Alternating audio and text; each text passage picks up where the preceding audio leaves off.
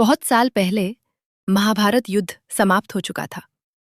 पांडवों का राज चल रहा था और अर्जुन के पुत्र अभिमन्यु का एक बेटा हुआ जिसका नाम था राजा परीक्षित। लेकिन कोई नहीं जानता था कि एक दिन उसकी मृत्यु का कारण बनेगा एक भयानक नाग, तक्षक नाग। और फिर शुरू होगी पूरी नाग जाति को खत्म करने की सबसे भयानक घटना, सर्प यज्ञ। एक दिन राजा परीक्षित जंगल में शिकार करने गए। वहां उन्हें एक महान ऋषि ध्यान में बैठे मिले। राजा ने कई बार उनसे बात करनी चाही, लेकिन ऋषि मौन रहे। क्रोध में आकर राजा परीक्षित ने एक मरे हुए सांप को उठाकर ऋषि के गले में डाल दिया। जब ऋषि के पुत्र को ये बात पता चली तो उसने क्रोध में राजा परीक्षित को श्राप दे दिया। आज से 7वें दिन तक्षक नाग तुम्हें डसकर मार देगा। श्राप की बात सुनते ही राजा परीक्षित ने पूरे महल की सुरक्षा बढ़ा दी। चारों ओर सैनिक तैनात कर दिए गए। हर जगह नागों की जांच होने लगी।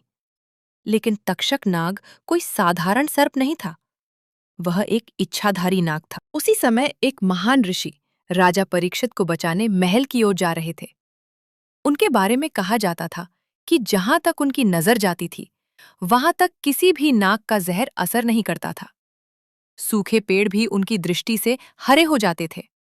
जब यह बात तक्षक नाग को पता चली तो वह तुरंत उनके रास्ते में पहुंच गया। तक्षक नाग बोला, यदि तुम इतने शक्तिशाली हो तो मेरे विष से जले इस पेड़ को दोबारा जीवित करके दिखाओ।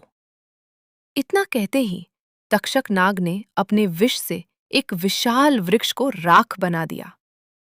लेकिन ऋषि ने जैसे ही उस वृक्ष को देखा वह फिर से हरा भरा हो गया। तक्षक नाग समझ गया, यदि यह ऋषि महल तक पहुंच गया तो राजा परीक्षित बच जाएंगे। तभी तक्षक नाग ने एक खतरनाक चाल चली। वो एक सोने की लकड़ी बनकर रास्ते में गिर गया। ऋषि के एक शिष्य ने वह लकड़ी उठाई और अपने गुरु को दे दी। ऋषि ने जैसे ही उसे अपनी गर्दन पर रखा, उसी समय वह लकड़ी अचानक भयानक नाग बन रही और उसने ऋषि की गर्दन के पीछे डस लिया।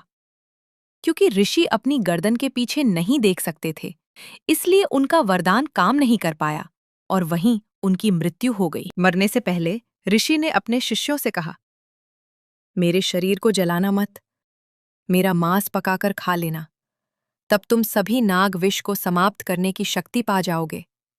लेकिन ये बात भी तक्षक नाग को पता चल गई।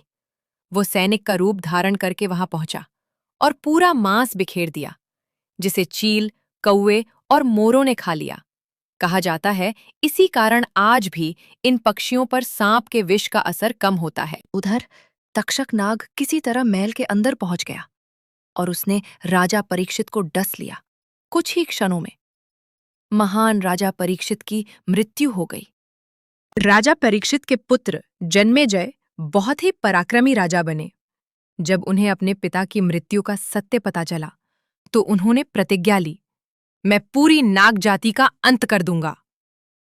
उन्होंने बड़े बड़े ब्राह्मणों को बुलाया और शुरू हुआ भयानक सर्प यज्ञ। यज्ञ की अग्नि इतनी शक्तिशाली थी कि जहां भी नाग थे वे खिंचकर यज्ञ में गिरने लगे। चारों ओर चीखें गूंजने लगी। तक्षक नाग डरकर देवताओं के राजा इंद्र के सिंहासन से लिपट गया। जब पुरोहितों ने ये बात बताई तो क्रोधित जन्मेजय बोले, तो फिर इंद्र को भी यहां खींच लाओ। तभी वहां एक छोटे ऋषि पहुंचे। उन्होंने कहा, हे राजन, इन नागों का कोई दोष नहीं। जो कुछ हुआ वो समय और परमात्मा की इच्छा थी। तक्षक तो केवल एक माध्यम था। ऋषि की बात सुनकर जन्मेजय का क्रोध शांत हो गया और सर्प यज्ञ रोक दिया गया। लेकिन जन्मेजय के मन में एक प्रश्न रह गया, यदि सब कुछ परमात्मा की इच्छा से हुआ तो फिर दोषी स्वयं परमात्मा है। और फिर उन्होंने परमात्मा को कैद करने के लिए लोहे का एक विशाल पिंजरा बनवाया। जब जन्मेजय पिंजरा लेकर जा रहे थे तभी रास्ते में उन्हें एक साधु मिले। वो स्वयं भगवान थे। साधु ने पूछा, राजन, कहाँ जा रहे हो? जन्मेजय बोले, मैं परमात्मा को कैद करने जा रहा हूं। साधु मुस्कुराए और बोले, इतने छोटे पिंजरे में परमात्मा कैसे आएंगे? जन्मेजय बोले, आ जाएंगे। साधु बोले, यदि तुम इसमें जाकर वापस बाहर आ सकते हो तब मैं मानूंगा। जन्मेजय तुरंत पिंजरे के अंदर चले गए और उसी क्षण साधु रूपी भगवान ने पिंजरे का द्वार बंद कर दिया। कहा जाता है भगवान जन्मेजय को अपने लोक ले गए और तब जन्मेजय को समझ आया कि संसार में सबसे बड़ी शक्ति परमात्मा की ही होती है। अहंकार चाहे कितना भी बड़ा क्यों ना हो, लेकिन परमात्मा से बड़ा कभी नहीं हो सकता। जय श्री कृष्ण, जय वीर गोगा जी।